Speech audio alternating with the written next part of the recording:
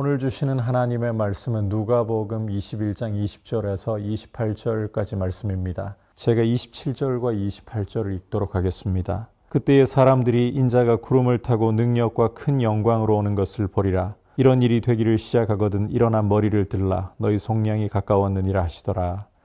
아멘.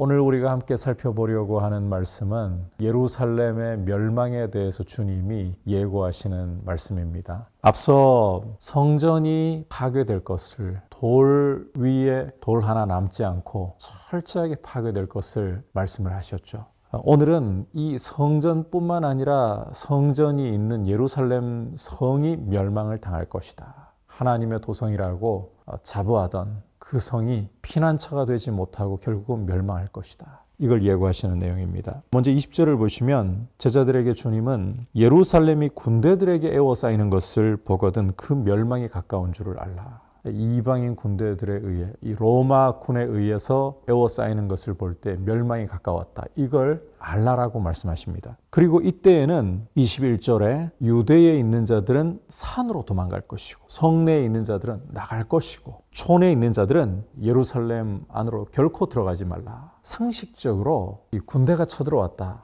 이방 민족이 쳐들어왔다. 성 안으로 피해야 합니다. 그래야 더 안전하게 마련입니다. 그런데 주님은 예루살렘 성 안으로 피하기는커녕 성 안에 있다가도 밖으로 도망을 가야 한다. 왜? 이 예루살렘은 멸망을 당할 것이기 때문에. 그리고 이것은 절대로 피할 수 있는 문제가 아닙니다. 22절을 보시면 이 날들은 기록된 모든 것을 이루는 징벌의 날이라. 이 예루살렘이 멸망하는 것은 기록된 모든 것이 이루어지는 일이라는 것입니다. 자, 어느 정도로까지 이 예루살렘이 큰 화를 입게 되느냐. 23절에 아이 벤 자들과 젖 먹는 자들에게 화가 있다. 피하기가 참 어려운 이들이 아이를 벤 임산부이고 이 젖먹이 아이들을 가진 엄마들, 적군이 쳐들어와도 도망하기가 너무 어렵잖아요. 이런 경우는 정말 큰 화가 있다라고 하실 정도로 이렇게 이 땅에 큰 환난, 이 백성에게 진노가 임한다는 거예요. 24절에서는 계속해서 그들이 칼날에 죽임을 당하고 모든 이방에 사로잡혀 가겠고 예루살렘은 이방인들에게 짓밟히는 하나님이 정하신 때가 차기까지.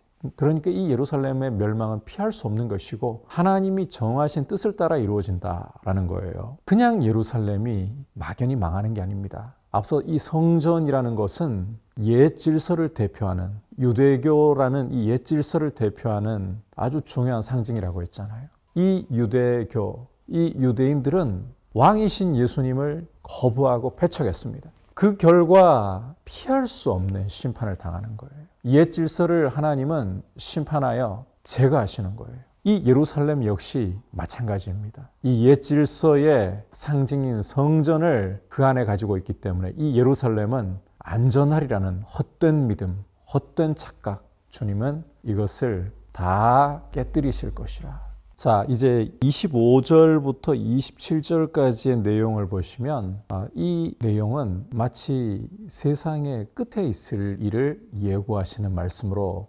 생각이 될 수도 있을 것 같습니다. 왜냐하면 1월 성신에는 징조가 있겠고 땅에서는 민족들이 바다와 파도의 성난 소리로 인하여 혼란 중에 공고하리라. 사람들이 세상에 임할 일을 생각하고 무서워함으로 기절하리니 이는 하늘의 권능들이 흔들리겠습니다. 그때 사람들이 인자가 구름을 타고 능력과 큰 영광으로 오는 것을 보리라. 이런 표현들이 이건 세상 끝에 대한 이야기일 거다. 예수님 재림에 대한 이야기다. 이렇게 사실 많은 학자들도 이렇게 해석을 합니다. 하지만 이사야 말씀을 보면 바벨론의 멸망에 대해서 예언을 하실 때에도 하늘이 흔들리는, 진동하는, 천체가 진동하고 떨어지는 이런 표현들을 적용하기 때문에 예루살렘 멸망에다가 여기 1월 성신의 징조가 있고 바다와 파도의 이 혼돈의 세력을 상징하는 이 바다와 파도의 성난 소리 그리고 이 하늘의 권능들, 이 1월 성신이 흔들리는 것 이런 것을 적용시키는 것은 전혀 무리가 없다고 보아도 무방합니다. 그 정도로 큰 두려움이 이 예루살렘 멸망으로 인한 큰 두려움이 사람들에게 임한다는 거죠. 그만큼 이 하나님이 예루살렘을 심판하실 때 그 두려움은 이루 말할 수 없다. 예수 그리스도를 거부함으로 인하여서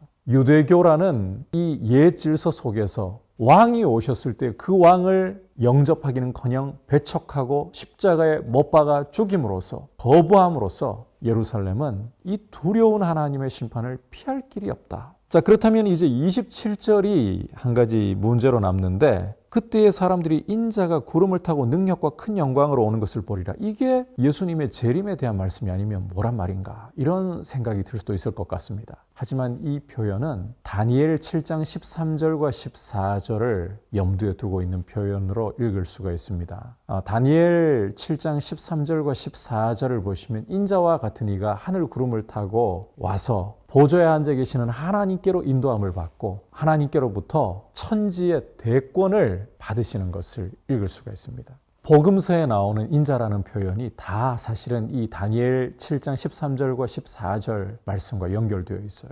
그래서 인자가 구름을 타고 능력과 큰 영광으로 온다. 이것은 예수 그리스도께서 부활 승천하셔서 하나님 아버지께로부터 천지의 대권을 받으신 모습. 그러니까 이 모든 상황이 예루살렘 멸망이라는 이 상황이 이루어질 때에 주님은 제자들에게 너희는 눈을 들어서 이런 환난 속에서도 천지의 대권을 가지고 보좌 우편에 앉아 계시는 영광의 주님을 바라보라, 이런 명령으로 이해를 하는 것이 옳다. 이 모든 환난 속에서도 이 환난이 걷잡을 수 없는 것이 아니라 주님의 천지의 대권을 가지신 주님의 통치 속에 주님의 손길 안에 있다는 것. 그래서 22절에서도 기록된 모든 것을 이루는 징벌의 날이라. 24절에서도 이방인의 때가 차기까지 이런 표현을 썼던 것이고, 제자들에게는 도망가라, 성내에 있는 자들은 나가라, 들어가지 말라, 피할 길을 열어주실 뿐만 아니라 설령 이런 혼란 속에 휘말린다 할지라도 시선을 천지의 대권을 가지신 주님께 두라.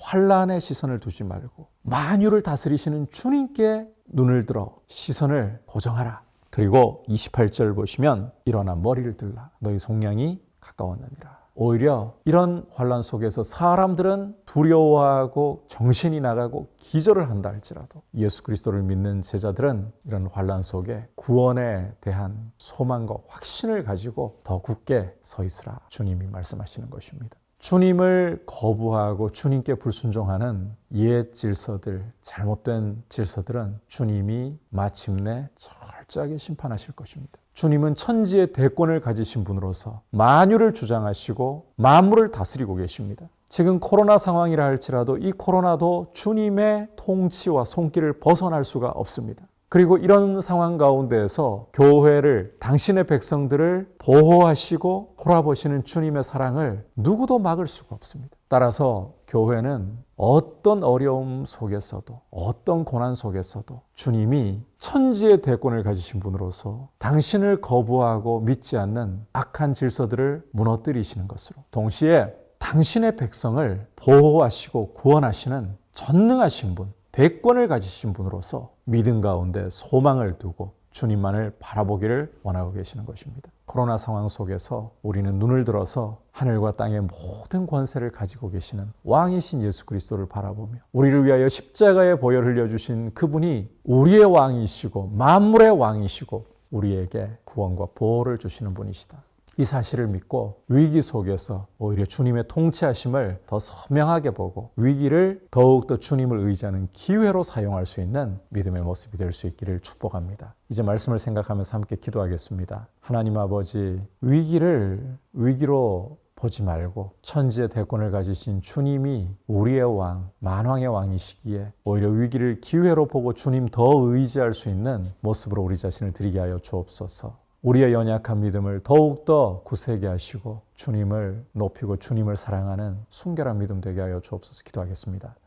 하나님 아버지, 우리 인생에 찾아오는, 우리 삶에 찾아오는 위기로 바라보며 낙심하지 말고 천지의 대권을 가지신 주님의 그 위엄과 권세를 바라보면서 오히려 기회로 볼 줄 아는 담대한 믿음 주시고 그 주님이 우리를 위하여 십자가의 보혈을 흘려주신 주님이시라는 사실을 신뢰하고 더욱더 굳세게 서게 하여 주옵소서. 그리고 주님, 우리 인생에 찾아오는 위기는 우리를 망하게 하는 것이 아니라 우리 안에 또 우리 삶에 주님을 경외하지 못하고 주님이 기뻐하시지 않는 모습들을 무너뜨리시는 일이라는 것을 오히려 볼 수 있는 용기를 주시고 날마다 십자가로 나아가 우리 안에 주님을 기쁘시게 하지 못하는 것들을 철저히 회개하며 주님 더 사랑하고 주님 더 의지하게 하여 주옵소서. 예수님의 이름으로 기도드립니다.